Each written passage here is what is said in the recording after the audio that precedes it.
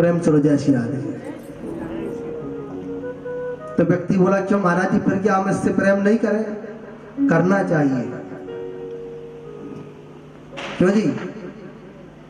प्रेम बच्चों से, पत्नी से, सब परिवार से प्रेम करना चाहिए। ये गलत बात नहीं है। घर मकान से इनसे प्रेम करो। लेकिन जो व्यक्ति ये सोचता है कि भैया इसके बिना मैं रह नहीं सकता हूं, ये पत्नी, बच्चे, मकान ये सब मेरा है और इसके बिना मैं रह नहीं पाऊंगा, ऐसा सोचना धर्म है। ये सब भगवान के दिए हुए हैं और भगवान कभी भी ले सकता है, उसमें कभी दुखी होने वाली बात नहीं है। दुखी नहीं होना चाहिए। शरीर में बीमारी आ गई तो घबराओ मत ही ना। अरे जब दुख मिला है तो सुख भी तो भगवान ही देगा।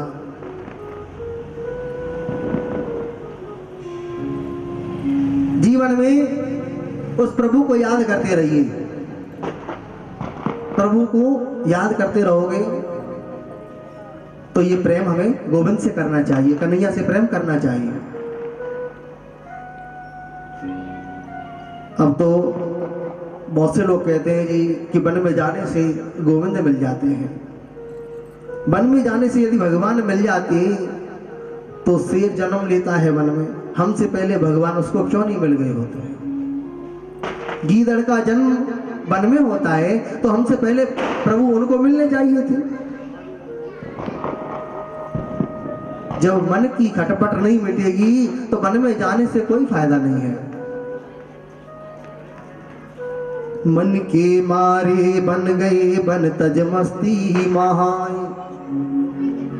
मन ही हमारे ऊपर बंधन का कारण है, मन से ही बंधे हुए हैं। मन को सुखी करना चाहे तो सिर्फ बस प्रभु को याद करिए, गोविंद को याद करते रहिए। आज रात्रि वर्गवकर जी महाराज ने सुंदर उपदेश दिए। आत्मदेव जी ने घर छोड़ करके वन में चले गए और वहीं श्रीमद् भागवत जी का पाठ किया है, दसम स्कंद का पाठ किया, गोविंद को प्राप्त किया है। धुंधकारी सोचने लगा, बड़े पिताजी मुझे उल्टा सीधा बोलते थे कि ये कर्म करो, ये मत करो। अब अच्छा हुआ वो वन में चले गए, अब मुझसे कोई कहने वाला नहीं है। अब माँ को मारने लगा कि माँ बताओ सोना कहाँ है, चांदी कहाँ है? माँ ने कहा सब कुछ तो ले गया, घर में कुछ बचा ही क्या है? अब कुछ रहा ही नहीं तो मैं कहां से दे दूं तुझे सोना चांदी? माँ को मारने लगा, उल्टा सीधा बोलने लगा। माँ के मन में इतना कलेश हुआ, रात्रि में उठ करके गई और कुएं में कूद करके आत्महत्या कर ली। अब विचार करो, ऐसे पुत्र से क्या फायदा है? कोई लाभ है? और खूब दिख रही है ये मेरा बेटा मुझे सुख नहीं दे रहा है, और फिर भी उस बेटे के पीछे लगे हुए हैं। धन कमा लाओ, दे दो, प्रेम से लो जय श्री राधे। चाहे कैसा भी आ, बेईमानी से आ, उल्टा सीधा कैसे भी आ, फिर भी उसके चक्कर में लगे रहते हैं दिन और रात। गलत काम अपने लिए नहीं करता है, वो सोचता है कि मैं अपने बच्चों के लिए क्या क्या कर जाऊं, कितना धन इकट्ठा कर जाऊं उनके लिए। व्यक्ति जीवन में फिर भी उल्टा सीधा कर्म करने में लगा हुआ है। अब विचार करो, ऐसे पुत्र से क्या फायदा है? माँ ने अपनी आत्महत्या कर ली, पिताजी वन में चले गए। अब सोचा धुंधकारी ने कि अब तो पूरे दिन मेरा ही साम्राज्य रहेगा, अब मेरे से कोई कुछ बोलने वाला नहीं है। आज जो भाई गौकर्ण था वो भी यात्रा में चला गया। धुंधकारी ने क्या किया? 5-5 वेश्याओं को घर में लाके रख लिया। 5 वेश्याओं ने सोते हुए धुंधकारी को रस्सी से चारपाई से बांध दिया, जलती हुई अंगार उसके मुंह में डाल दिए। चिल्ला चिल्ला करके धुंधकारी मर गया। देखो गीता में क्या लिखा हुआ है, भुंजते ते त्वगम पापा ये पंचात्मा कारणात्। जो पापी लोग सिर्फ अपने ही भोजन के लिए अन्न उत्पादन कर रहे हैं, जो धन अपने लिए कमा रहे हैं, उसमें से दान इत्यादि अच्छे कर्म में नहीं लगा रहे हैं, तो वो भोजन पाप का भोजन हो जाता है। जब हम कोई भी कहीं से धन कमाए या खेत से या कहीं से भी, तो उसमें सबका ही हिस्सा लिखा हुआ होता है। भगवान केवल आपको जो दे रहा है ना, केवल आपके लिए नहीं, सबके नसीब का जोड़ करके आपको दे देता है, और आप सबके हक का अपने आप ही खा जाते हो, उसको अच्छे काम में नहीं लगाते हैं। तो वो जीवन में क्या करेगा? विकृति पैदा करेगा। जो अपने ही शरीर के लिए भोजन उत्पादन कर रहा है, वो पाप का भोजन हो गया। अरे मिल बांट करके खाना चाहिए और सबके नाम से निकाल कर खाना चाहिए। भैया ये हमारे भागवत के लिए इसमें से कुछ निकाल दें, हम कोई बड़े बड़े जैसे आयोजन कहीं भी हो, कोई यज्ञ पूजा पाठ के लिए इसमें से कुछ दान निकाल दें। जो व्यक्ति ऐसी समझदारी से जीवन में काम करेगा, तो उसका कोई पाप का भोजन नहीं रहा है। आज तन और मन को जो कष्ट देता है, उसके पुण्य बढ़ जाते हैं। जो अपने शरीर को कष्ट दे करके तपस्या कर रहा है, उसी से तो हमारे पुण्य आगे बढ़ेंगे। आज धुंधकारी कौन है? मन और काम जिसके गलत हो जाते हैं, वही धुंधकारी है।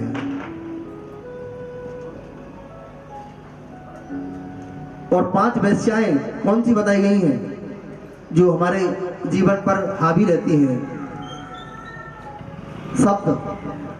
शब्द कोई भी बोला जाए तो सोच समझ करके बोलना चाहिए। ऐसे नहीं कि जो भी आया बोल दिए, किसी को बुरा लग जाए चाहे अच्छा लग जाए। शब्द की बड़ी महिमा है, बड़ी की शब्द को बहुत ही महत्व दिया है। इसको समझदारी से बोलना चाहिए कि भैया किसी को बुरा तो नहीं लग रहा है। शब्द है, स्पर्श है, रूप है, रस है और गंध है। ये 5 वेश्याएं बताई गई हैं। आज प्रेम सुनो जय श्री राधे।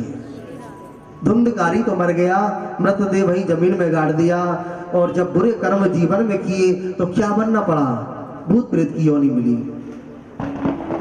जब भी तो भूत प्रेत की योनि में जाना पड़ता है। पाप कर्म की वजह से ही भूत प्रेत की योनि प्राप्त हो गई धुंधकारी को।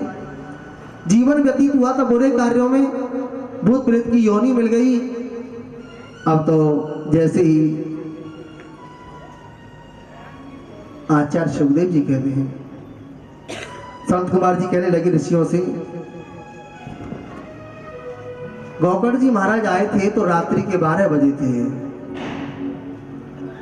और रात्रि के 12 बजे सभी लोग सोते हैं, आप सभी जानते हैं। प्रेम सुनो जय श्री राधे। संत का मतलब क्या होता है? संत का मतलब वो होता है जो संत जैसे कर्म करे।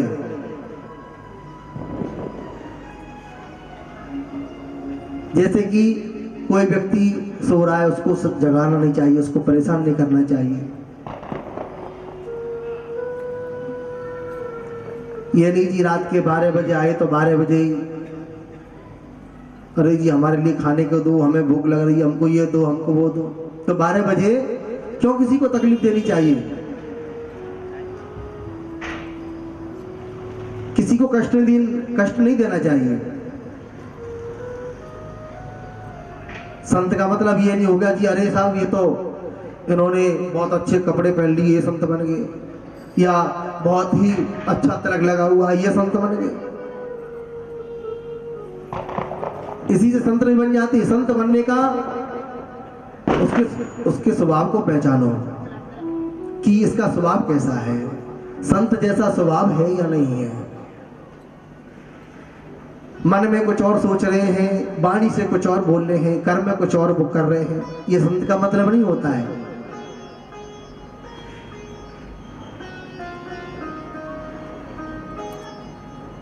आज जैसे ही गौकर्ण जी महाराज आए थे तो रात्रि के 12 बजे थे, और गौकर्ण जी महाराज ने सोचा कि मैं रात को क्यों किसी को तकलीफ दूं।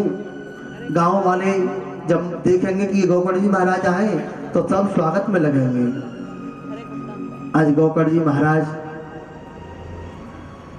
जिस महल में रहते थे वो महल आज सूना पड़ा हुआ है। आत्मदेव जी का महल सूना है, उसमें कोई भी नहीं है।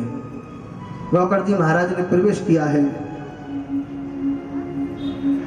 पूरी दुनिया वाले लोग जब सोते हैं ना तब संत भजन करने बैठ जाते हैं। जब दुनिया वाले सो गए, अब हमें कोई भी तकलीफ नहीं देगा, तो हम बैठ करके भगवान का चिंतन करते हैं। या निशा सर्वभूतानां तस्याम जागृति संयमी। सब दुनिया वाले सोएंगे, संयमी पुरुष उस समय बैठ करके प्रभु का चिंतन करेंगे। गौकर्ण जी महाराज ने सोचा कि रात्रि के 12 बजे अब तो मैं किसी से मिलूंगा नहीं, अब बैठ करके गोविंद का नाम लेता हूँ। प्रभु के भजन में आंख बंद करके बैठे। अब जो धुंधकारी भूत प्रेत की योनि पड़ा हुआ था वो आ गया, गौकर्ण जी को डराने लगा। कभी तो अग्नि सी प्रकट हो गई गौकर्ण जी महाराज के आगे, कभी भैंसे वाली आवाज निकालने लगा धुंधकारी, कभी कुछ आवाज निकालने लगा, तरह तरह की आवाज है। धुंधकारी भूत प्रेत की योनि पड़ा हुआ है, निकालने लगा। गौकर्ण जी महाराज के पास कमंडल में जल था, हाथ में जल लिया और कहा, कौन है श्रीमान जी, हमको क्यों डरा रहे हो, बताओ। एक भूत प्रेत की योनि जो पड़ा हुआ है हाथ जोड़कर कहने लगा, भैया मैं आपका भाई धुंधकारी हूं। गौकर्ण जी महाराज ने कहा, रे राम राम, तू अभी भूत प्रेत की योनि पड़ा है धुंधकारी? अरे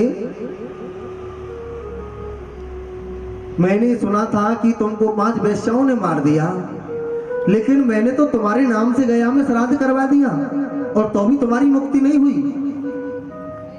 धुंधकारी ने कहा, भैया आप गया में जाकर के एक बार नहीं मेरा 100 बार भी जाकर के श्राद्ध कर्म करोगे तो भी मेरी मुक्ति नहीं हो सकती है।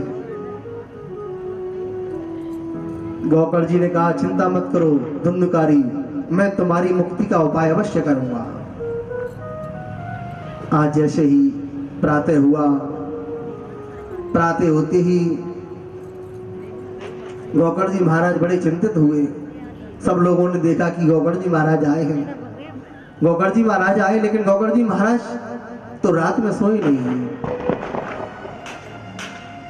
सूर्य भगवान को प्रणाम किया है, हे भुवनवास का सूर्य, केवल इतना बताओ कि महाप्रेत की मुक्ति कैसे हो।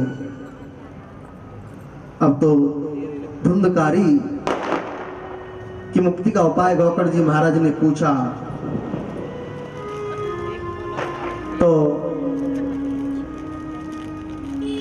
श्रीमद् भागवत जी से ही मुक्ति हो सकती है। कहते हैं श्रीमद् भागवतान मुक्ति सप्ताहम वाचनम कुरु। तुम श्रीमद् भागवत कथा का वाचन करो, धुंधकारी के निमित्त श्रीमद् भागवत कथा कराओ। तो गौकर्ण जी महाराज ने सुंदर सा व्यास मंच बनवाया, चौकी सजाई, सभी वेदियों को विराजमान किया। वहां एक बांस का बगीचा था और एक आसन बिछा दिया। गौकर्ण जी महाराज ने कहा कि ये मैं तुम्हारे लिए कथा कर रहा हूं। आज भूत प्रेत का शरीर नहीं होता है। यदि जैसे धुंधकारी कथा सुनने आसन पर बैठे तो हवा का प्रकोप आए, हवा से वो धुंधकारी उड़ जाए। बांस का बगीचा था, बांस में हवा का प्रकोप नहीं होता है। तो धुंधकारी पहली ग्रंथि में जाकर के बैठ गया। जैसे ही भागवत कथा सुनाई है तो उसमें से पहली ग्रंथि, पहले दिन कथा पूरी हुई तो पहली ग्रंथि फटी। ऐसी भागवत कथा 7 दिन की होती है, 7 ग्रंथियां फट गई और धुंधकारी एक देव रूप में परिवर्तित कर गया। कहने लगा, भैया आपने बड़ी कृपा की, आप मुझे भागवत नहीं सुनाते तो आज मेरी मुक्ति नहीं होती। आज मैं भागवत कथा सुनकर के धन्य हो गया। भगवान के नाम से उसके लिए सुंदर विमान आया है। प्रभु के पार्षद उसमें बैठे हुए। गौकर्ण जी ने कहा, ये क्या हो रहा है जी? धुंधकारी ने भागवत सुनी है, इनको हम बैकुंठ लेकर के जाएंगे। प्रेम सरो जय श्री राधे। कथा तो हजारों लोग सुनते हैं, लेकिन मुक्ति कैसे नहीं मिलती है? सबको मुक्ति मिलनी चाहिए। प्रभु के पार्षदों ने कहा कि देखो, भागवत कथा के श्रोता 3 प्रकार के बताए हैं। सबसे पहले नंबर पे आते हैं श्रोता। श्रोता की लक्षण आप सब जानते हैं क्या होते हैं। कथा को सुनते हैं, श्रोता के लक्षण क्या है कि वो सबसे पहले भागवत प्रारंभ होगी इससे पहले आकर के अपना स्थान ग्रहण कर लेते हैं और एक ही आसन से बैठ करके कथा सुनते हैं। ये नहीं आज तो हम कथा आगे बैठ करके सुन लिए और कल हम कथा पीछे कुर्सी बैठ करके सुन लिए, परसों और तीसरा स्थान ग्रहण कर लिया। प्रेम सुनो जय श्री राधे। क्यों जी? आज तो भैया मैच आ रहा है, चलो मैच देखते देखते कथा भी सुन लेंगे, मैच भी देखते रहेंगे, है? प्रेम सुनो जय श्री राधे। ये नहीं है। श्रोता के लक्षण तो ये बताएं कि भैया सामने बैठ करके कथा सुननी चाहिए और कथा प्रारंभ हो उससे पहले आकर के अपना स्थान ग्रहण कर लेना चाहिए और एक ही आसन से कथा सुने। ये श्रोता के लक्षण है। दूसरे नंबर पे आते हैं श्रोता। श्रोता का काम आप सब जानते हैं, सुपारी काटने वाला उसे श्रोता बोलते हैं। वो क्या करते हैं जी? कथा में तो आएंगे लेकिन कथा में क्या देखेंगे? अरे आपने तो साड़ी बड़ी अच्छी पहनी है, वो महाराज जी कितने अच्छे कपड़े पहन करके आए हैं। प्रेम सुनो जय श्री राधे। वो कथा नहीं सुन रहे, केवल वैसे उन पर ध्यान दे रहे हैं कि ये पांडाल तो इतना अच्छा नहीं बनाया, आपकी बात थोड़ी कमी रह गई इसमें। और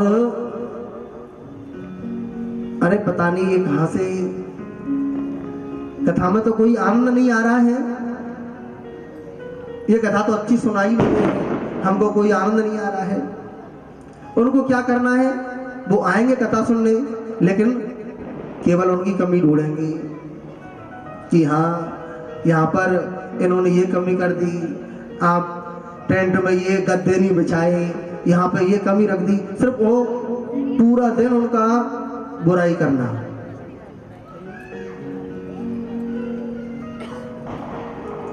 भागवत की बुराई, व्यास जी की बुराई और जो कराने वाले यजमान होते हैं उनकी भी बुराई। तो ऐसे कभी गोविंद मिलेंगे क्या? भगवान मिल जाएंगे? किसी की बुराई करने से कभी भी परमात्मा नहीं मिलते हैं। जीवन में कभी भी बुराई नहीं करनी चाहिए। अरे माँ बैठो, बैठकर कथा सुनो, नियमित कथा सुननी चाहिए। तो ये श्रोता का काम होता है जो हमेशा एक दूसरे की यही सोचना है। वो आए कथा में, घर से 3 घंटे कथा सुनने के लिए आए, लेकिन यहाँ पर सिर्फ उनके पास यही काम रहा 3 घंटे तक। फिर कहते हैं जी महाराज जी हमने तो आपकी कथा बहुत सुनी पर हमको तो कोई लाभ मिला ही नहीं। लाभ कहां से मिलेगा? अरे माँ कथा सुनने गए कि मैं बुराई करने गए? प्रेम सुनो जय श्री राधे। लाभ कहां से मिलेगा? लाभ तो जब मिलेगा वहां नियम से कथा सुनेंगे। माँ तो केवल बस 3 घंटे व्यतीत हो गए। और तीसरे नंबर पे क्या आते हैं मालूम है? तीसरे नंबर पे आते हैं श्रोता। ये तीसरे नंबर वाले किसी को तकलीफ नहीं देते, बड़े अच्छे माने जाते हैं। ऐसी जगह ढूंढ लेंगे कि जहां पर हमको कोई तकलीफ ना दे, हमसे कोई ये ना कह दे कि अरे तुम तो यहाँ बैठी हो, ने आगे हो जाओ या पीछे हो जाओ। एक जगह ऐसा ढूंढ लेंगे कि आराम से, घर पे बच्चे नहीं सोने देंगे, चलो जी कहीं कुर्सी पे बैठेंगे आराम से 3 घंटे सो लेंगे। घर से आए कथा सुनने, कथा में आकर के थोड़ी देर बाद में सो गए। और जैसे ही जोर से जयकारा लगता है बोल बाल कृष्ण भगवान की, जयकारा लगा और नींद खुली। आहा भाई व्यास जी तो बड़े अच्छे हैं, कथा तो इतनी सुंदर सुना रहे हैं, बहुत अच्छी कथा सुनाई है इन्होंने। पड़ोसी ने पूछा आज आपने कथा में क्या सुना? जी ये तो हमें मालूम नहीं हमने क्या सुना कथा में, पर कथा में ये मालूम है कि हमको नींद बड़ी अच्छी आई। वो नींद हमने कभी घर पे नहीं ली, कभी हमको ऐसी नींद घर पे नहीं आई, लेकिन कथा में तो आते ही बड़ी अच्छी नींद आ जाती है। बड़े अच्छे हैं। प्रेम सुनो जय श्री राधे। याद रखो, भगवान श्रोता को ही मिलेंगे, श्रोता और श्रोता नहीं बनना है जीवन में। कहीं भी जाओ तो वहां सोने के लिए नहीं, सोवे सो खोवे, जागे सो पावे। जो जीवन में जगोगे तो कुछ जीवन में मिलता रहेगा। भागवत कथा से मुक्ति का मतलब क्या होता है? ज्ञान हो जाता है, ज्ञान की प्राप्ति होती है। आपका ज्ञान बढ़ गया तो अपने आप ही आप अच्छे अच्छे कर्म करोगे जीवन में। और यही प्रसंग राजा परीक्षित के लिए सुनाया ऐसे सुखदेव जी ने। भागवत कथा के तो कई नियम बताए और कथा नियमानुसार सुने, श्रद्धा के अनुसार सुने। और जितने भी उत्सव आए, वामन भगवान का जन्मोत्सव, श्री राम जन्मोत्सव, श्री कृष्ण जन्मोत्सव, जैसा हम जन्म दिवस अपने घर में बनाते हैं उससे भी ज्यादा आनंद हमें भगवान की जन्मदिन पर लेना चाहिए। उसी प्रकार से हम नियम के अनुसार चलेंगे तो जीवन में आनंद ही आनंद मिलता रहेगा। प्रेम चलो जय श्री राधे। अब यही प्रसंग कहा है, श्रीमद् भागवत कथा में बताया है, सत्य की वंदना की गई है। केवल सत्य के बारे में निरूपण किया है कि आप जीवन में सत्य बोलिए और सत्य पर ही चलिए। सत्य ही नारायण है, नारायण ही सत्य है। श्री कृष्ण भी सत्य है, भगवान राम भी सत्य है।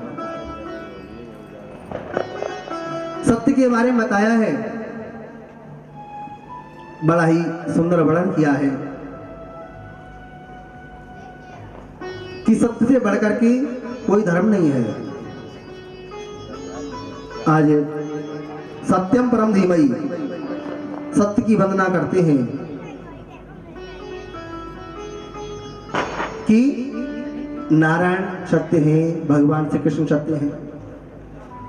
तुलसी बाबा ने क्या लिखा है? सत्यम परम धीमहि, धर्म न दूसर सत्य समाना, धर्म न दूसर सत्य समाना, आगम निगम पुराण बखाना।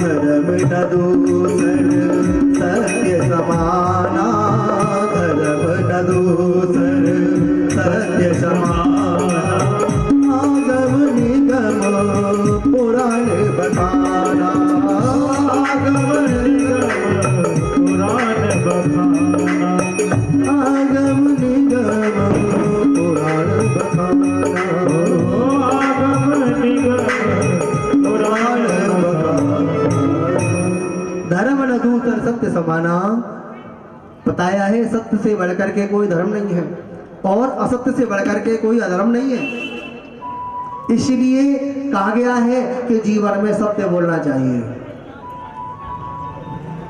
झूठ के बराबर कोई पाप नहीं होता है, इसलिए झूठ नहीं बोलना चाहिए। भागवत यही सिखाती है कि हमें सत्य ही बोलना है, सत्य की जीवन, सत्य के आधार पर अपना जीवन यापन करें। भागवत में निरूपण किया गया है परम धर्म का। ये परम धर्म क्या है? परम धर्म है जो श्री कृष्ण कथा सुन रहे हैं, भागवत कथा सुन रहे हैं, जिनके मन में जरा भी कपट नहीं है, ना हमको फ्लैट चाहिए, ना दुकान चाहिए, ना मकान चाहिए, जिनका जीवन निष्कामी है, कोई मन में अच्छा ही नहीं है, जो मिल जाए उसी में प्रसन्न रह लेते हैं। आज ये भागवत कथा कैसी है, श्री कृष्ण कथा कैसी है? बोले शिवदम शिवम कल्याणम ददाती थी शिवदम, जीवन का कल्याण करने वाली है। और कैसी है? तापत्र उन्मूलनम, तीनों प्रकार के तापों का उन्मूलन कर देती है श्री कृष्ण कथा। अब तो इसलिए ज्यादा से ज्यादा श्रीमद् भागवत कथा का अध्ययन करना चाहिए, इस कथा को सुनना चाहिए। ये आरंभ कैसे हुई? निगम कल्पतरोर्गलितं फलम सुकुमखाद द्रव व्रत द्रव संयुतम पिबत भागवतम रसमालयम मुहुरहो रसिका भुवि भावुका। लिखा है कि निगम, एक वेद का नाम है निगम, और उसका पका हुआ फल है श्रीमद् भागवत। और ये आप सब जानते हैं, जो फल खाने में आनंद आता है ना, वो वृक्ष को खाने में नहीं आएगा। वृक्ष खाओगे तो दांत बड़े टूट जाएंगे, लेकिन आनंद में कुछ नहीं मिलेगा। इसलिए तो जाते हैं, फल तोड़ लेते हैं, खा लेते हैं। तो भागवत क्या है? उसका पका हुआ फल है। अब तो ये फल नीचे की ओर कैसे आया? हमारे सुखदेव जी का मुख लग गया इस फल पर, तो ये फल नीचे की ओर आ गया। सुख माने तोता होता है, और तोता कौन सा फल खाता है? जो फल मीठा होता है। तोता आपने देखा होगा ना, बड़ा ही ऐसा है वो पक्षी, वो उसी फल पर मुंह लगाएगा जो फल मीठा होगा। इसलिए सुखदेव जी का इस फल पर मुख लग गया, ये फल नीचे की ओर आ गया। अब लोग कहते हैं जी फल में गुठली होती है, छिलका होता है। तो समझदार व्यक्ति ना गुठली खाते हैं ना छिलका खाते हैं, उसको अलग निकाल देते हैं, उसका रसपान करते हैं, उसका रस ग्रहण कर जाते हैं। तो इस फल में ना तो गुठली है ना छिलका है, केवल रस भरा हुआ है।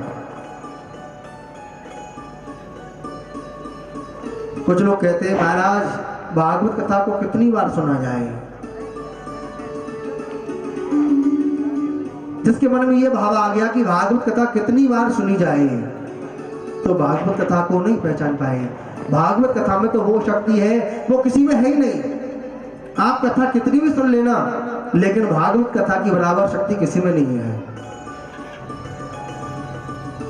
भागवत कथा से हमको सब कुछ प्राप्त हो जाएगा जीवन में। हम लेना चाहेंगे तो हमें बहुत कुछ मिल जाएगा, और नहीं लेना चाहेंगे तो कुछ भी नहीं मिलेगा। मंदिर में जाते हैं तो मंदिर में दर्शन करने ही तो जा रहे हैं, और दर्शन से ही बहुत कुछ मिल जाता है। व्यक्ति चाहे तो दर्शन से बहुत कुछ मिल जाएगा, लेकिन कोई लेने वाला होगा उसी को मिलेगा, हर किसी को नहीं मिलता है। भागवत कथा तो बहुत से लोग आ रहे हैं बहुत कथा सुनने, लेकिन कुछ लोगों को तो बड़ा ही आनंद प्राप्त हो रहा है भागवत में, और कुछ लोग ऐसे भी हैं कि वो कथा सुनने तो आए, लेकिन क्योंकि वो केवल ऊपर ही मन से आए। प्रेम सुनो जय श्री राधे। जब तक आपके अंदर भाव नहीं होगा ना, जब तक कोई लाभ नहीं मिलेगा। सबसे पहला नंबर तो आपके मन में ये भाव होना चाहिए कि मैं भगवान को फूल माला चढ़ा रहा हूं, तो उसमें भाव बनेगा, जब ही तो भगवान स्वीकार करेंगे उसको, माला को। और आपके मन में भाव नहीं बनेगा तो आप माला क्या है उनके लिए खूब नोट चढ़ा देना, तो भी भगवान प्रसन्न नहीं होंगे। सबसे पहली बात यही है कि आपके अंदर ये आस्था होनी चाहिए कि मैं या भागवत कथा सुनने जा रहा हूं तो साक्षात भगवान इसमें विराजमान है। ये भाव आपके अंदर होना चाहिए। घर में मंदिर है, उसको मंदिर मत समझिए कि ये मंदिर है, उसको मूर्ति मत समझना। मूर्ति समझोगे तो मूर्ति वाला ही भाव आपके अंदर रहेगा। अरे ये तो मूर्ति है, ये क्या खाएगी, हम इसको क्या भोग लगाएं, ऐसा भाव आपके मन में आ गया ना, तो आप जीवन में कुछ नहीं कमाओगे। आपके मन में ये भाव होना चाहिए, ये साक्षात भगवान है। ये भागवत जी विराजमान हो गई, वह साक्षात भगवान आ गए। आपके अंदर ये भाव प्रकट हो गया तो आपको इतना लाभ मिलेगा कि आपको कहीं भी जाने की जरूरत नहीं पड़ेगी। भागवत से ही समस्त ज्ञान की प्राप्ति हो जाएगी और जीवन में आपके में सुख आने लग जाएगा। दुख आपके निकल जाएंगे, सुख की प्राप्ति हो जाएगी। प्रेम स्वरूप जय श्री राधे। जितनी बार भागवत सुनोगे जीवन में उतना ही सुख आपके बढ़ता चला जाएगा। यही इसमें लिखा गया है, श्रुत भागवतम रसमालयम, इस भागवत रूपी रस को पियो।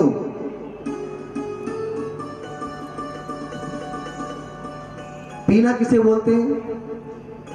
जो हम सुनते हैं और अंदर उतर जाती है उसको पीना बोलते हैं। और सुनना, एक कान से सुना इधर से निकल गया। आप तन में होकर के सुनोगे तो आपके अंदर उतर जाएगी भागवत। वही सच्चा श्रोता है जो अपने अंदर उतार ले भागवत को। तुलसी बाबा ने यही तो लिखा था, रामचरित जे सुनते अगाई, रामचरित जे सुनते अगाई, रस विशेष जाना फिर नारी, रस विशेष जाना फिर नारी। हरि कथा सुनी नहीं काना, हरि कथा सुनी नहीं काना, श्रवण नंद आए भवन समाना, श्रवण नंद आए भवन समाना। सिया राम सिया राम, राम सिया राम, रामचरित जे सुनत अगाई। जो परमात्मा की कथा को सुनकर के ये कहते हमने तो बहुत कथा सुन ली, अब हम कितनी कथा सुने। ऐसा भाव कभी भी मन में नहीं आना चाहिए जी हमने तो बहुत पूजा कर ली, अब हम क्या पूजा करें भगवान की। अरे पूजा तो रोजाना की बताई गई है, नियम से मंदिर जाना चाहिए, पूजा करना चाहिए, भगवान की पूजा करते रहना चाहिए। अपने जीवन में पाप कर्म से बचते रहोगे। यदि आप भगवान के नाम में चलते रहोगे तो आप पाप कर्म से जीवन बचते रहोगे। और जो ये कहने लग गया नहीं जी हमने तो बहुत दर्शन कर लिए, अब हमें क्या जरूरत है, हमने तो बहुत परिक्रमा कर ली गोवर्धन महाराज की। अरे जीवन में जब तक शक्ति दी है भगवान ने, जाना चाहिए। जितना आप प्रभु को याद करोगे उतना ही आपके जीवन में आनंद आता चला जाएगा। आज मुंह रहो रसिका भूमि भाव का, इसका बार बार रसापान करना चाहिए। उसी प्रसंग पर चल रहे हैं जहाँ पर नए मिशान क्षेत्र है, बड़ा ही सुंदर जगह है। मंडली के मध्य में अब श्री सूत जी विराजमान है। सूत जी से उन ऋषियों ने महात्मा के बारे में श्रवण किया और कहने लगे, तो या खलु प्राणनी से इतिहासानी चानघ, आख्यातान्य प्रधीतानि धर्मशास्त्राणि यानयुत। आप इतिहास के जानकार हो, प्राणों के ज्ञाता हो, आपसे कुछ प्रश्न करने की इच्छा है, ये पूछिए क्या इच्छा है। प्रश्न तो यही है हमारा कि हमको क्या कर्म करना चाहिए जीवन में, ये आप हमें बताएं। क्या हम जो धन कमा रहे हैं वो दान कर दें, ये हमारा धर्म है?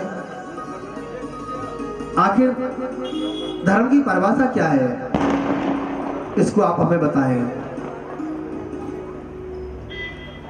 सबकी तरफ से एक व्यक्ति प्रश्न कर रहा है। ये दूसरा प्रश्न हमारा ये है कि जब हम मंदिर में जा रहे हैं तो कोई कहते हैं जी शंकर जी सबसे ऊंचे हैं, शंकर जी की पूजा करो। कोई कहते हैं जी नहीं विष्णु की पूजा करो। कोई बोलते हैं जी अरे माँ दुर्गा की पूजा कर लो। कहीं कहते हैं अरे आप क्या दुर्गा की और क्या इनकी पूजा कर रहे हो, भैरों की पूजा कर लो। प्रेम से बोलो जय श्री राधे। जो भैरव बाबा पे चढ़ जाती है ना, उसकी पूजा कर लो, प्रेम से लो जय श्री राधे। सारा शरीर ठीक हो जाएगा।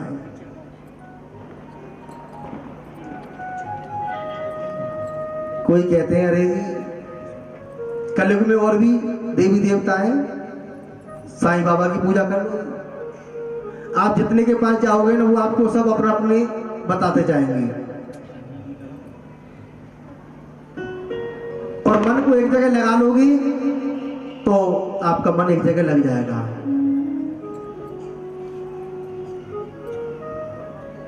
कलयुग में तो अरे भैया शनि बहुत परेशान कर रहे हैं। कोसी जाओ, मन हाओ आराम से, क्यों जी, शनि उतर जाएगा।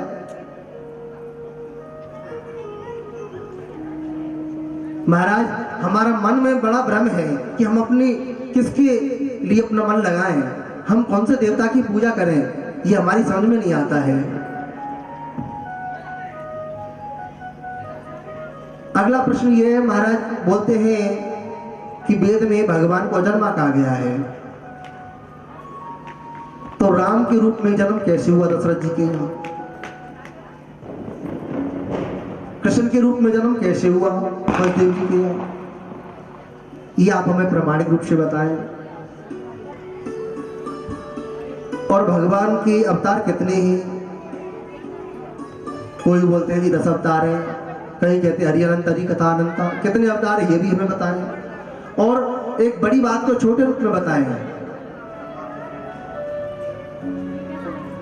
आज इनके प्रश्न सुनने सूत जी बड़े गदगद हो गए, कहने लगे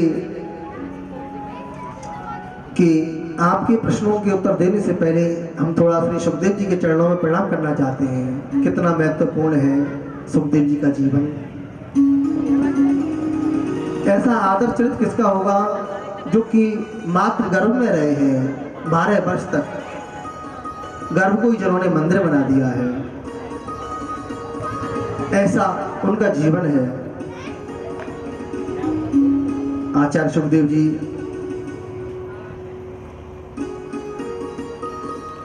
आज गौरव धाम में किशोरी राधा रानी की गोद में कीड़ा करते थे। किशोरी जी ने कहा, बेटा सुखदेव तुम मृत्यु लोक में जाओ और जन जन में भागवत धर्म का प्रचार प्रसार करो। श्री सुखदेव जी ने कहा, माता मैं मृत्यु लोक में जाऊंगा तो मुझे माया पकड़ लेगी, मैं मृत्यु लोक में नहीं जाना चाहता हूं। किशोरी जी ने वचन दिया कि बेटा तुम मृत्यु लोक में जाओ, तुम पर माया का कोई असर नहीं होगा। वही सुखदेव जी आज तोते के रूप में आए हैं, मृत्यु लोक में आए और कैलाश पर्वत के ऊपर एक पक्की पकड़ी दोनों रहते थे। पकड़ी के गर्भ से उन्होंने जन्म लिया है, अंडे के रूप में प्रकट हो गए। बर्फीली हवाएं जब जोर से चलने लगी तो अंडा फूट गया। पक्की पकड़ी उस अंडे को वहीं पड़ा छोड़ करके उड़ गए वहां से। अब कैलाश पर्वत पर भोले बाबा निवास करते हैं। आज नारद जी ने सोचा श्री सुखदेव जी का भी जन्म होना चाहिए। जब तक जन्म नहीं होगा तो संसार में भागवत सुनने को कैसे मिलेगी, हमारी भागवत का प्रचार प्रसार होना चाहिए। तो श्री सुखदेव जी को लाए कौन है? नारद जी ला रहे हैं। ऐसे विचित्र संत हैं नारद जी। आपने सुना है ना, नारद जी कभी एक जगह नहीं रुकते हैं। वो अभी आए, थोड़ी देर बाद में किसी के घर में पहुंच गए, और किसी घर में जाके कोई बात कर ली, किसी घर में जाके कुछ बोल दिया। प्रेम सुनो जय श्री राधे। उनका स्वभाव आप सब जानते हैं। जिस किसी में झगड़ा नहीं होता है तो नारद जी को बुला लेना, झगड़ा अपने आप होने लग जाएगा। क्यों जी? प्रेम सुनो जय श्री राधे।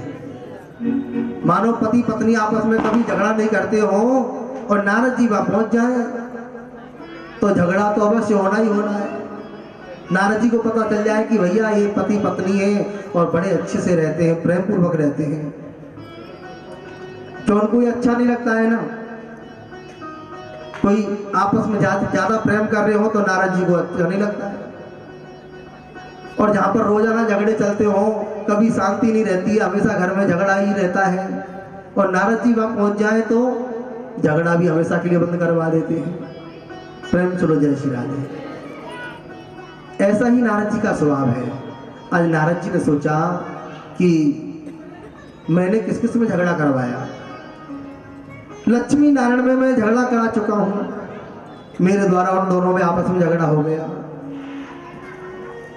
और ब्रह्मा की पत्नी में भी झगड़ा हो गया, लेकिन सिर्फ पार्वती में कभी झगड़ा नहीं हुआ है। भोले बाबा माँ पार्वती से बहुत प्रेम करते हैं, तो माँ पार्वती भी भोले बाबा से बड़ा ही प्रेम करती है, आपस में कभी झगड़ा होता ही नहीं है। इतने प्रेम से रहते हैं तो उनमें भी झगड़ा होना चाहिए। नारद जी सीधे कैलाश पर्वत पर पहुंच गए। भोले बाबा तपस्या करने गए हैं, और जैसे ही माँ पार्वती के पास में नारद जी पहुंचे और माँ पार्वती ने नारद जी को देखा, अरे आओ ना नारद, आइए, अरे बड़े दिनों बाद दर्शन हो रहे हैं। आज माँ पार्वती जी ने नारद जी को अंदर बुलाया, सुंदर पात्र में जल दिया, लड्डू दिए। कहने लगी माँ पार्वती, बहुत दिनों से देखा नहीं है नारद, क्या बात है, आजकल आना जाना बंद कर दिया क्या? नारद जी बोले, माता अब मैं संसार में किसी घर नहीं जाता।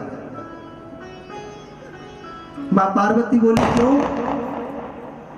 नारद जी कहने लगे, माता संसार में जो प्रेम करता है ना, वो केवल दिखावा करते हैं, सिर्फ बनावटीपन प्रेम रह गया है, और जब सच्चा प्रेम नहीं हुआ, जाना क्या? इसलिए माता मैंने तो आना जाना ही बंद कर दिया।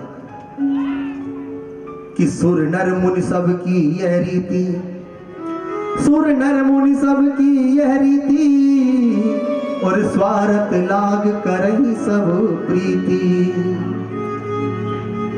संसार में प्रेम करते हैं तो किससे? स्वार्थ से। आपको काम है तो पंडित जी, अरे एक दिन हमारे घर भी आ जाओ ना, कुछ हमारे बारे में बता दो, कुछ हमारा भी पत्रा खोल देना, कुछ हमें भी बता दीजिए। प्रेम है क्यों जी? आपको काम पड़ा तो खो, और जैसे ही काम निकल गया, पंडित जी तो बड़े खराब हैं, प्रेम सुनो जय श्री राधे। इन्होंने तो 100 रुपये रखवा लिए पत्रे पहले। प्रेम सुनो जय श्री राधे। माता ये संसार में जो प्रेम रह गया है ना, केवल बनावटीपन प्रेम हो गया है, सिर्फ दिखावा करते हैं लोग बाग, अंदरूनी कोई प्रेम नहीं है। और माता जहाँ संसार में सच्चा प्रेम नहीं, वहां जाना क्या? आप सभी जानते हैं माताओं का प्रेम, सभी संसार में सबको मालूम है। माताएं अपने अंदर किसी बात को रोक नहीं सकती हैं। कोई बात नहीं बताने वाली होगी ना, और आपको कहीं से भी पता नहीं चले, तो केवल माताओं के पास चले जाना, अपने आप ही आपको बात पता चल जाएगी। प्रेम सुनो जय श्री राधे। मानो आपकी इच्छा हो रही है कि मुझे भैया इनसे ना एक बात पूछनी है, और आप माताओं के पास जाके देखना, आप पूछोगे ना तो जरूर आपको बता ही देंगी, चाहे कोई बात बताने वाली नहीं है ना कि ये बात नहीं बतानी चाहिए, और उस बात को भी पूछ लेना तो वो भी बता देंगे। प्रेम सुनो जय श्री राधे।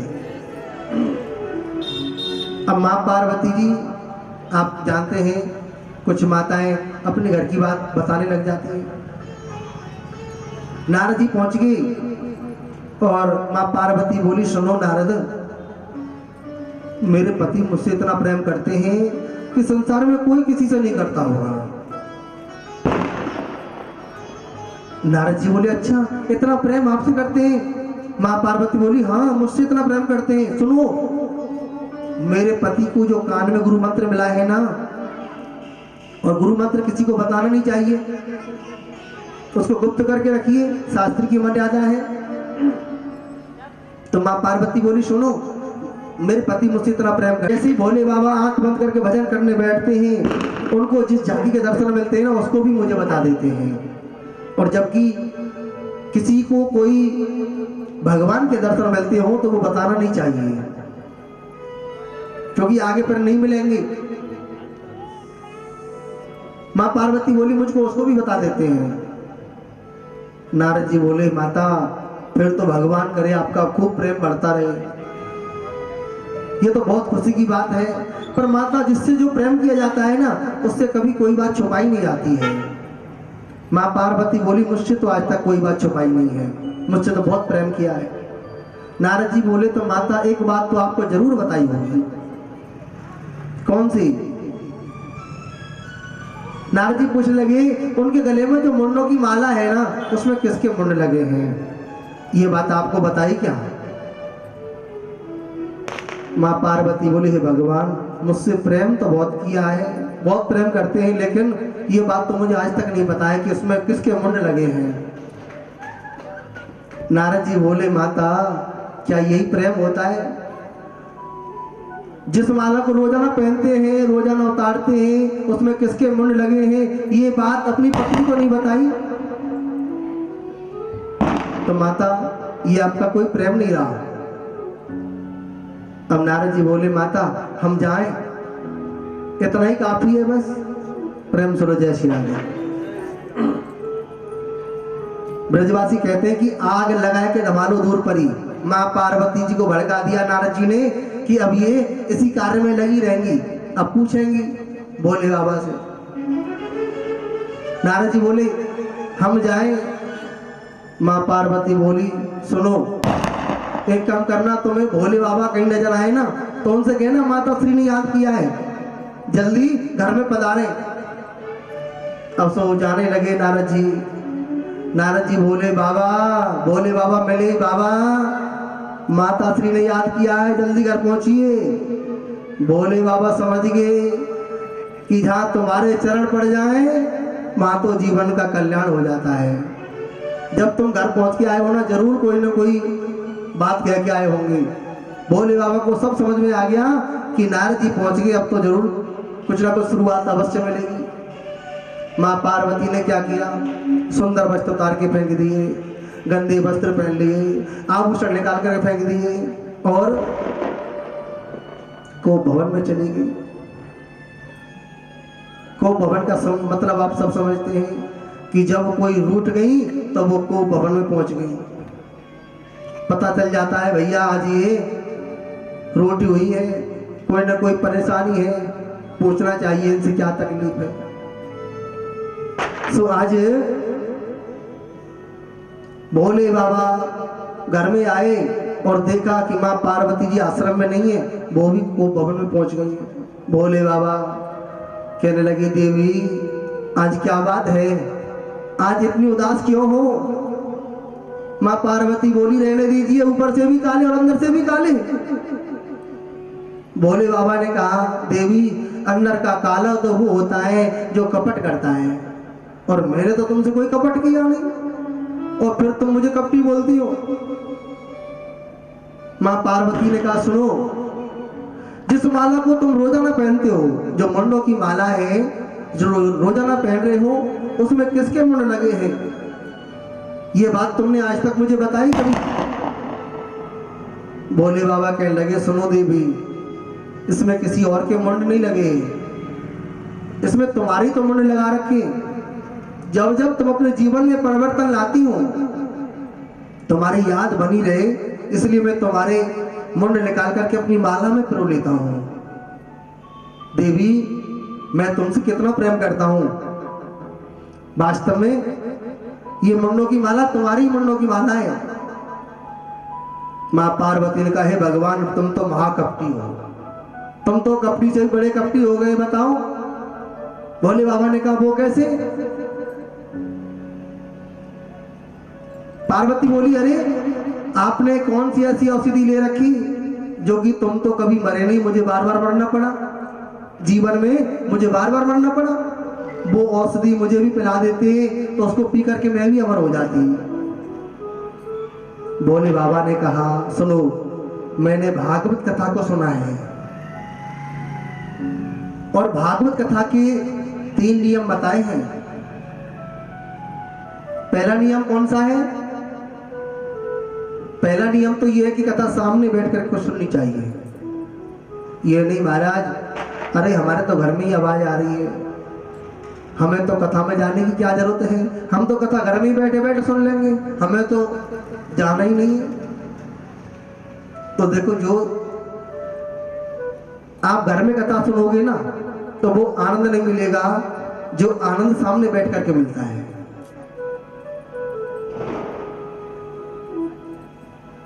ऐसे आनंद नहीं मिलता है कि हमने जी हाजी साहब वो कथा आ रही है टीवी में, हमने वो कथा सुन ली, हमको ऐसी आनंद मिल जाए। अरे दर्शन तो हम जब बिहारी जी के घर में टीवी में ही कर लेंगे तो हमें बिहारी जी के मंदिर जाने की जरूरत क्या है? क्यों जी? अरे बस जाओगे तो कुछ पाओगे, तो वहां नहीं जाओगे तो क्या पाओगे? कथा में आना चाहिए, कथा सुननी चाहिए, सामने बैठकर कथा सुननी चाहिए, उसी से जीवन का लाभ मिलेगा। महाराज, जीवन में कोई कष्ट तो देना नहीं पड़े शरीर को और हमको केवल आराम ही आराम मिलता रहे।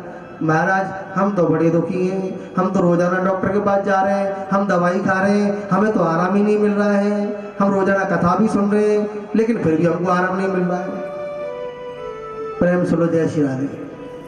आराम क्यों नहीं मिल रहा है? दवाई तो खा रहे हो महाराज, दवाई तो ली है लेकिन दवाई असर नहीं कर रही है। असर कहां से करेगी? अरे जब सामने कथा चल रही है तो कथा में जाना चाहिए, कथा सामने बैठ कर सुननी चाहिए। और दूसरा विधान यह भी है कि कथा के बीच में कभी उठना नहीं चाहिए। और तीसरा विधान क्या बताया है? तीसरा विधान यह भी बताया है महाराज,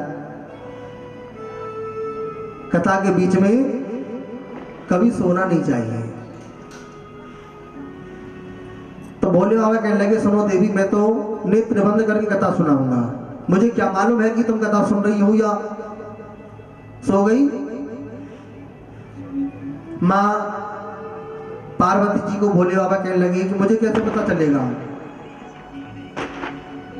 तो भोले बाबा समझाने लगे मां पार्वती को, जब मैं कथा सुनाऊंगा तो तुम ओम ओम ओम बोलती रहना, हुंकारे देती रहना, ताकि ये मुझे पता रहे कि तुम कथा सुन रही हो, सोई नहीं है। मां पार्वती ने कहा ठीक है, मैं ओम ओम बोलती रहूंगी। सो आज भोले बाबा कथा सुनाने लगे हैं मां पार्वती को।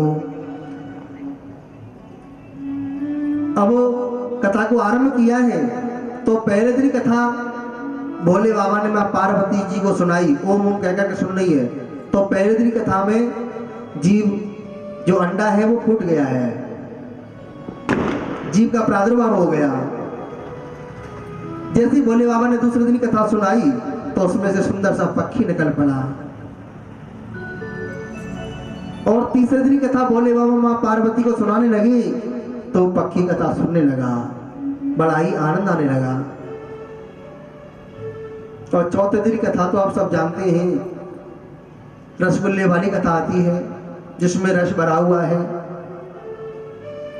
भगवान राम का जन्मोत्सव, भगवान श्री कृष्ण का जन्मोत्सव, जब उनको जन्म दिवस को मनाते हैं तो उसको रसगुल्ले वाली कथा कहते हैं। और 3 दिन जो कथा चलती है वो भक्ति ज्ञान वैरागी की कथा होती है। और फिर उसके बाद में रस वाली कथा प्रारंभ हो जाती है चौथे दिन से। जब व्यक्ति भक्ति ज्ञान और वैराग्य इन तीनों को समझ लेता है तो उसको जीवन में आनंद आने लग जाता है, उसे ही रसगुल्ले वाली कथा कहा जाता है। अब तो पक्षी कथा सुन रहा है और आनंद आ रहा है पक्षी को। भोले बाबा मां पार्वती जी को नेत्र बंद करके कथा सुना रहे हैं माँ पार्वती जी कथा सुनने लगी। और जो भोले बाबा कथा सुना रहे थे तो वो कैसे कथा सुना रहे, 24 घंटे कथा सुनी है।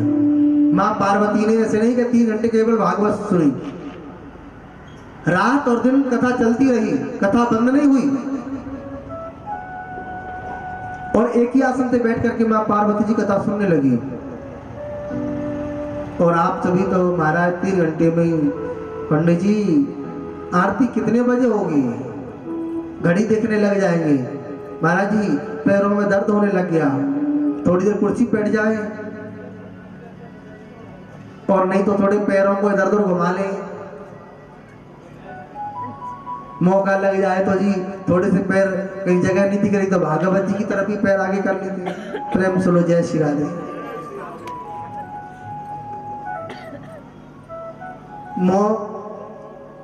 प्रेम सुनो जय श्री राधे। भोले बाबा ने माँ पार्वती जी को कथा सुनाई, 24 घंटे कथा सुनती रही और ओम ओम कह करके सुन रही है। भोले बाबा माँ पार्वती जी को प्रसंग सुना रहे थे उद्धव जी का। निंद्रा देवी ने माँ पार्वती को घेर लिया। माँ पार्वती जी सो गई। अब पक्षी देखने लगा ये तो माँ सो गई, अब क्या करूं, मुझे कथा पूरी सुननी है। आज जैसे ही उस पक्षी ने देखा कि माँ सो गई, अब भोले बाबा कथा बंद कर देंगे, तो माँ पार्वती के स्वर में ओम ओम कहना प्रारंभ कर दिया और कथा सुनने लगा। भोले बाबा ने जैसी पूरी कथा सुनाई, जो को जोर से जयकारा लगाया, बोल बाल कृष्ण भगवान की।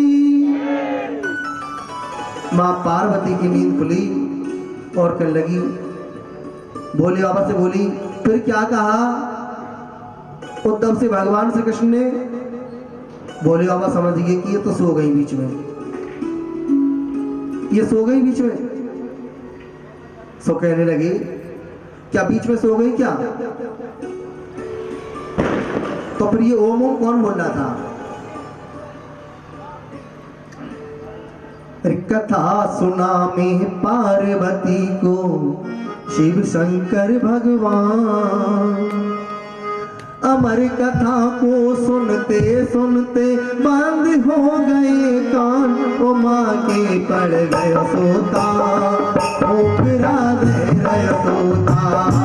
ओ माँ के पड़ गए सोता, ओकरा दे गए सोता। कथा सुना में पार्वती को शंकर भगवान।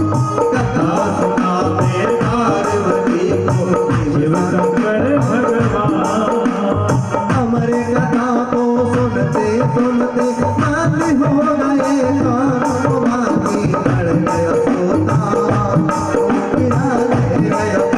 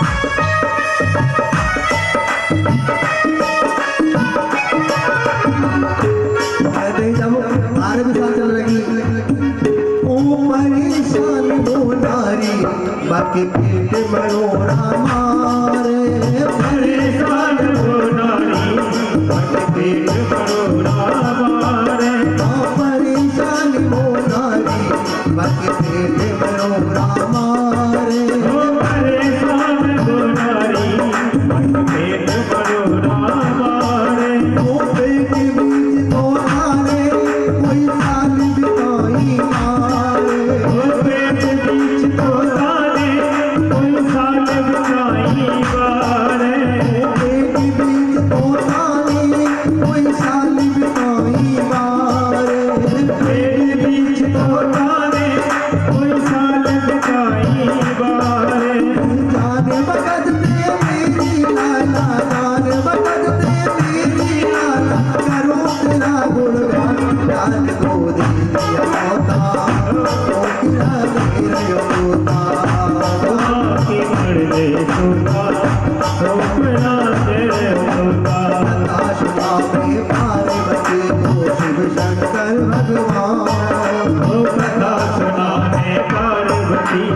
शिव शंकर भगवान हमारी कथा को सुनते सुनते आते हो गए हमारे मन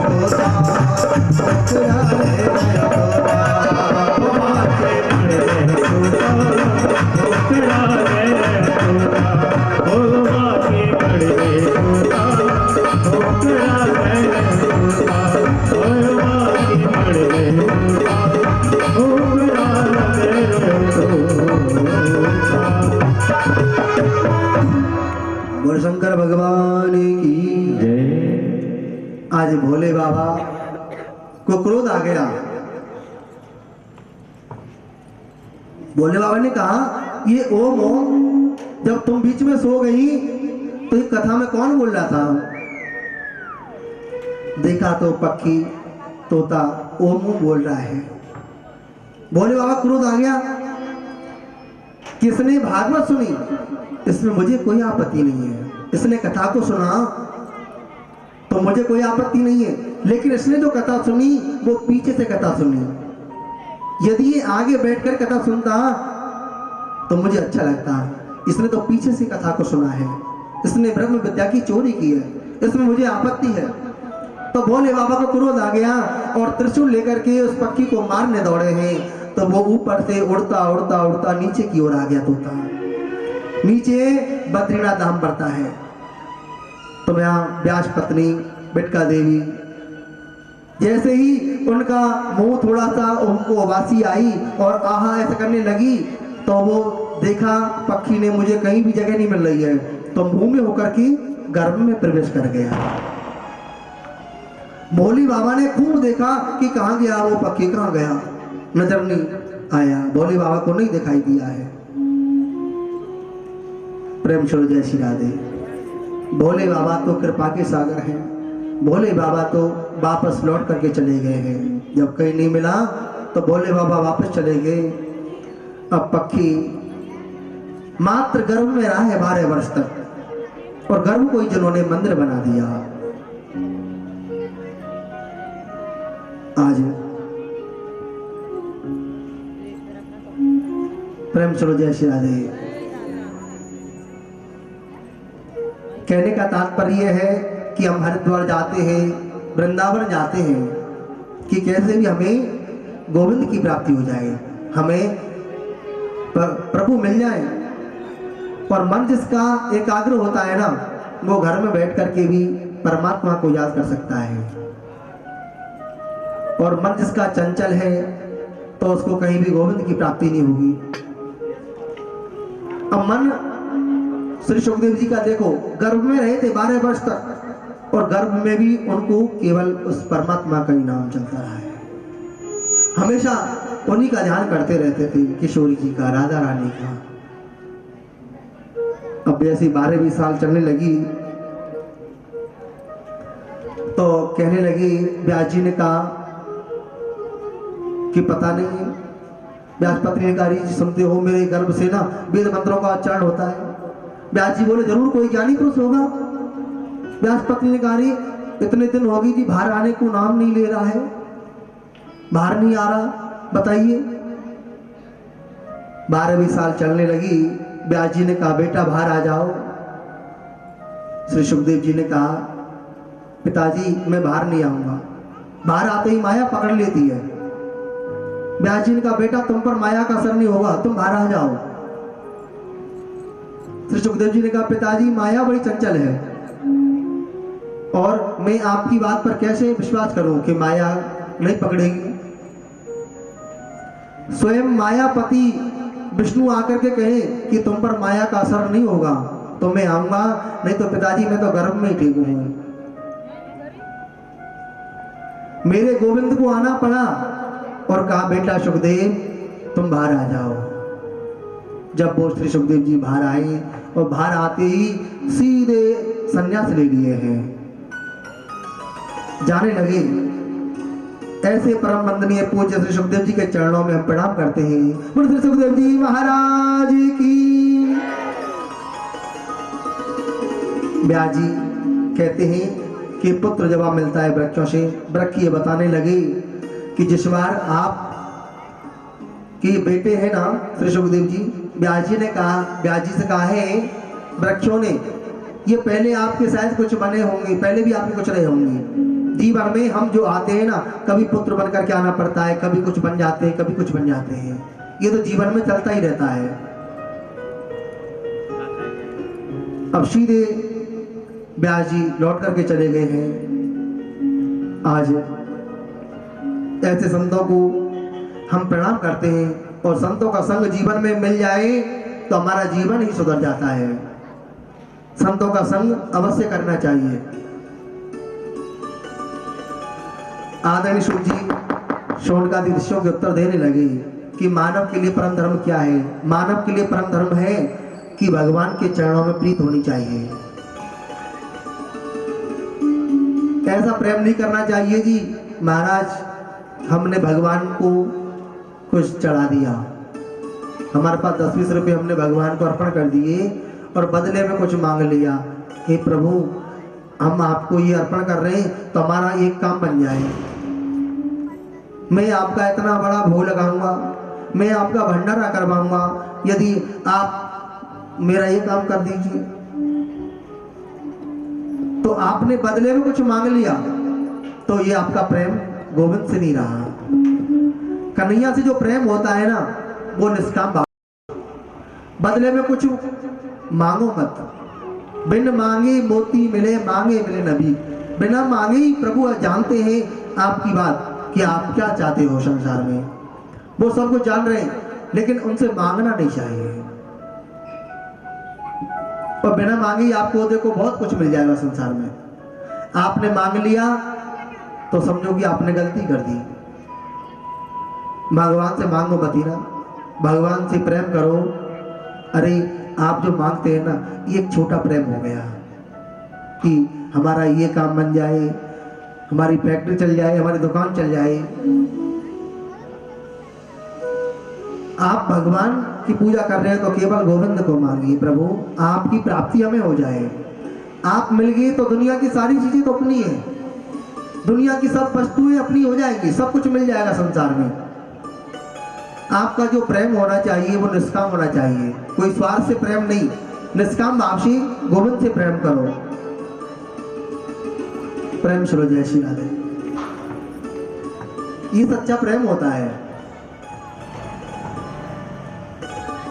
परिक्रमा देने इसलिए मत जाओ कि महाराज हमारे बेटे पढ़ जाएं, हमारे बेटे बहुत अच्छे पोस्ट पे पहुंच जाएं, बहुत अच्छे बन जाएं। अरे परिक्रमा करना आपका धर्म है, आप परिक्रमा कीजिए, पूजा पाठ करना आपका धर्म है, इसको करिए।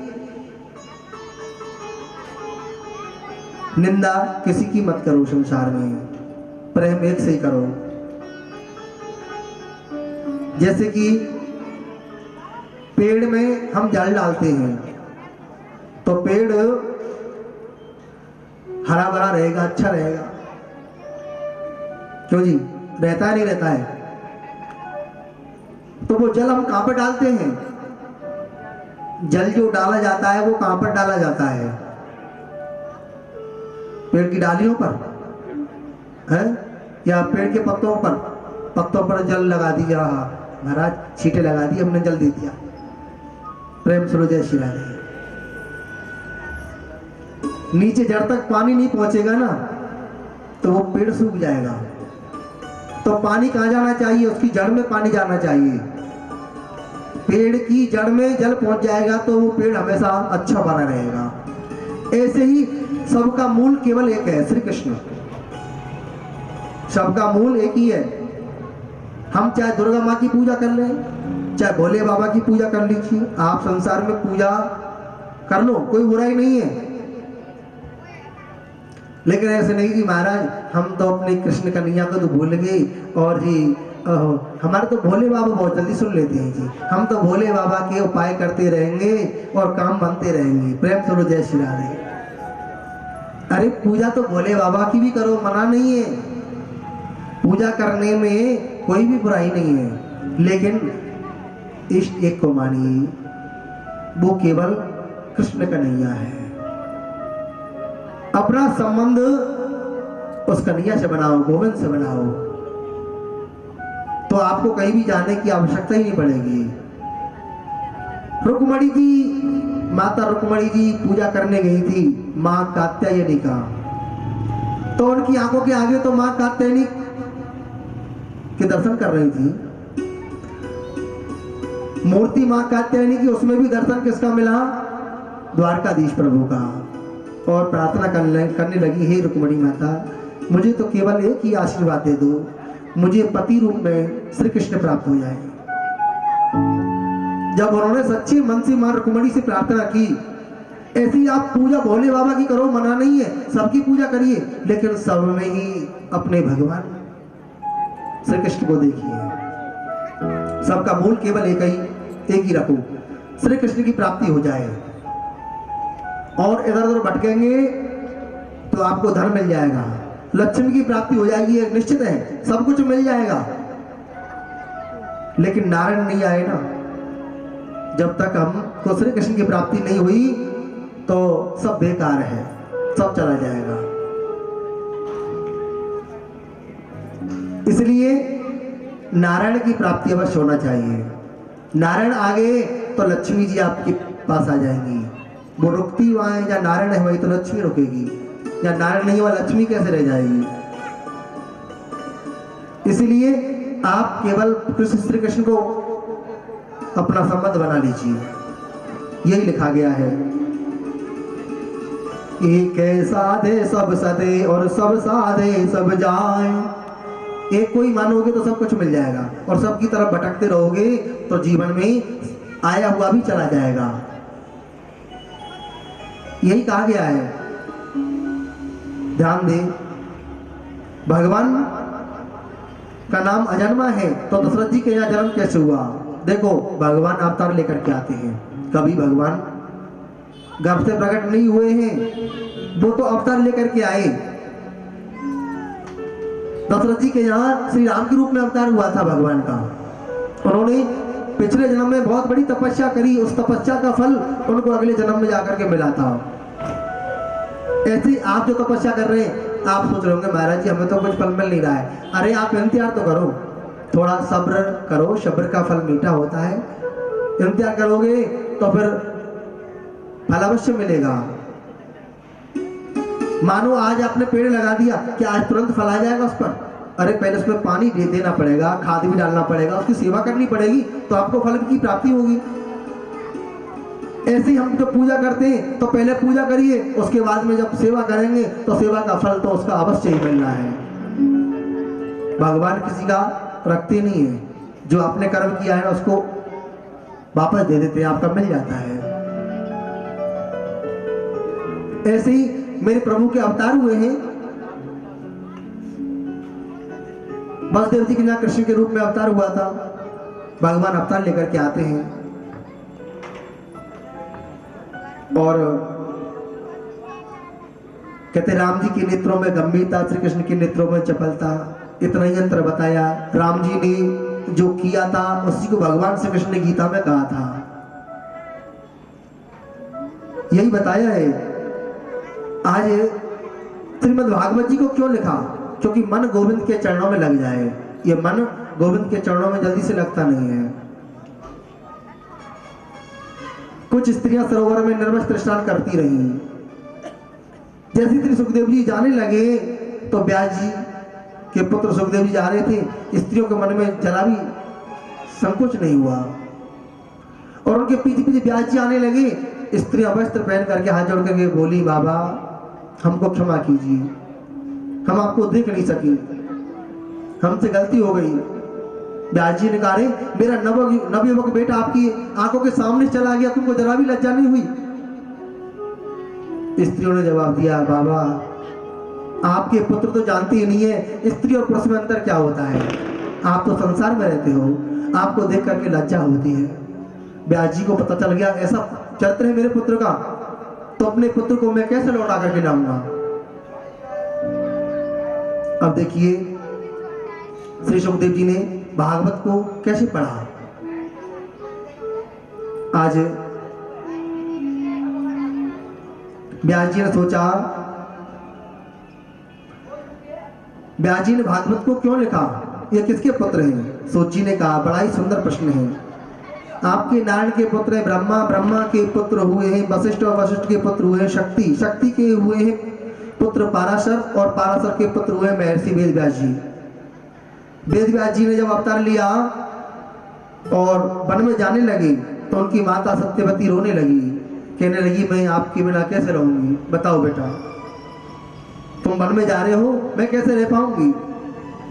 व्यास जी ने कहा, माँ जब भी अपने इस बेटे को तुम याद करोगी, ये बेटा तुम्हारे चरणों में समर्पण हो जाएगा। ये कहकर के ब्यास जी सीधे उत्तराखंड को चले गए हैं और वहीं उन्होंने वास किया है, आश्रम बनाया है, पर्णकुटी बनाई। बहुत ही अच्छा स्थान है बद्रीनाथ धाम।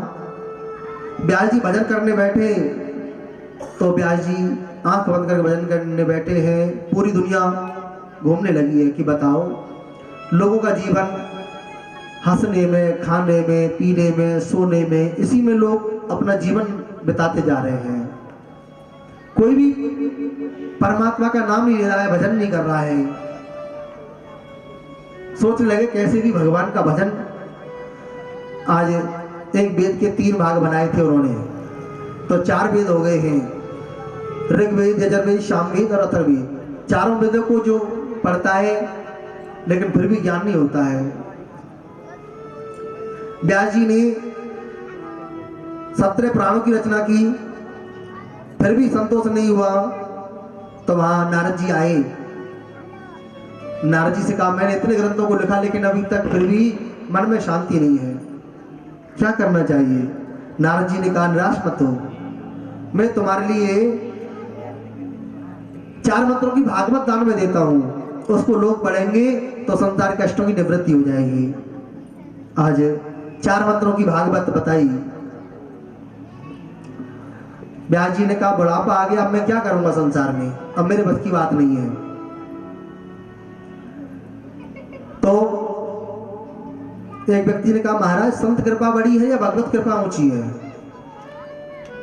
जी संत कृपा भगवत कृपा से ऊंची है। ऐसा लिखा हुआ है बिना गुरु के कभी भी मार्गदर्शन नहीं होता है। जब तक आप अपने जीवन में गुरु नहीं बनाओगे तो आपको कैसे पता चलेगा कि हम कौन से मंत्र का जाप करें? ये पता चलना चाहिए। इसलिए गुरु के बिना कभी भी ज्ञान नहीं होता है, गुरु के बिना ज्ञान अधूरा हो जाता है। गुरु गोविंद दोनों खड़े काके लागू पाए, बलिहारी गुरुदेव की गोविंद दियो मिलाए, गोविंद दियो मिलाए। गोविंद से मिलने की सामर्थ्य है तो वो गुरुदेव में है, गुरुदेव ही गोविंद के दर्शन करवा सकते हैं। गुरु बताएंगे इस मंत्र का जाप करो तो ही आपको वहां तक पहुंचाएंगे। इसलिए संत कृपा ऊंची होती है भगवत कृपा से। आज नारद जी ने कहा मैं एक दासी का पुत्र था और मेरी मां कहते मुझे गोद में लेकर के संतों के आश्रम में चली गई और मैंने पिताजी का दर्शन नहीं किया, वहां पर गाय की सेवा करने लग गई। संतों के यहाँ आप सब जानते हैं सुबह 4 बजे से लेकर और रात्रि के 10 बजे तक केवल सत्संग, कथा, कीर्तन, यही सत्संग चलता है और कोई बात नहीं है। अब वो माँ कहीं भी जाती तो अपने बच्चे को संग लेके जाती है कि बेटा ये संत हैं, इनकी कथा सुन रहे हो ना, इनको प्रणाम करो, इनसे आशीर्वाद लो। हमेशा संतों को प्रणाम करना और इतनी सेवा करना संतों की। बच्चे का नाम रामदास रख दिया। संत कहते बेटा रामदास मेरा ये काम कर दो, हमेशा सेवा में लगे रहते हो। अब वहां कुछ संत और भी आ गए, उन्होंने भजन किया और बहुत प्रेम करने लगी। जैसे वो संत जाने लगे तो मेरा मन ऐसा हो गया कि मैं भी इनके संग चला जाऊं। मां कहने लगी देखो मेरे बेटे को लेके मत जाना। मां ने समझा दिया संतों को।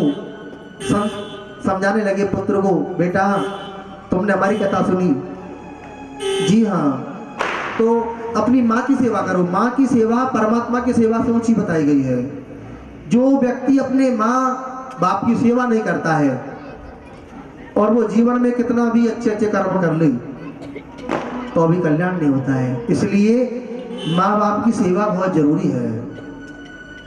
संसार में माता पिता की सेवा करनी चाहिए, क्योंकि आज हम उनकी सेवा करेंगे तो आगे चल करके हमारे बच्चे भी हमारी सेवा करेंगे।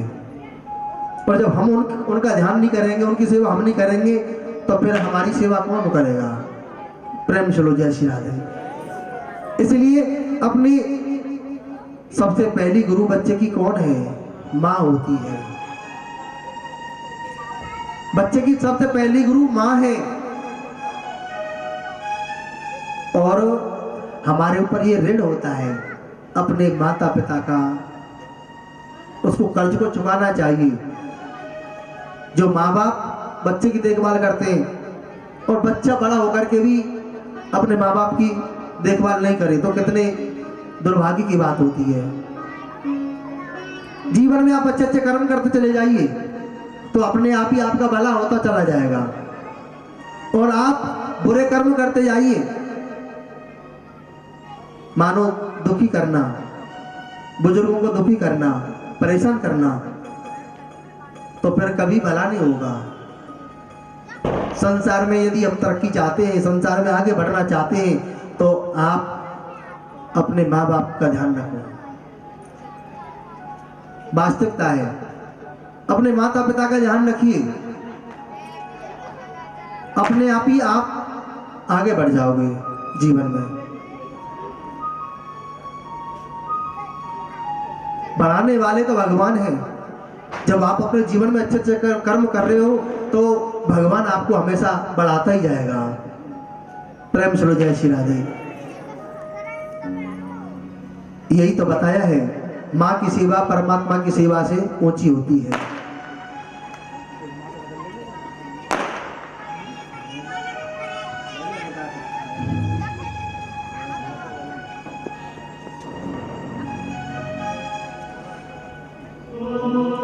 प्रेम चलो जय श्री राधे। करवा दिए बहुत से आपने देखे हैं कि भैया अपने माता पिता को लेके जाते हैं, चलो जी हम चारों धाम की यात्रा इनको करवा दें, चारों धाम के दर्शन करवा दें, तो उनका बहुत ही फल मिलता है।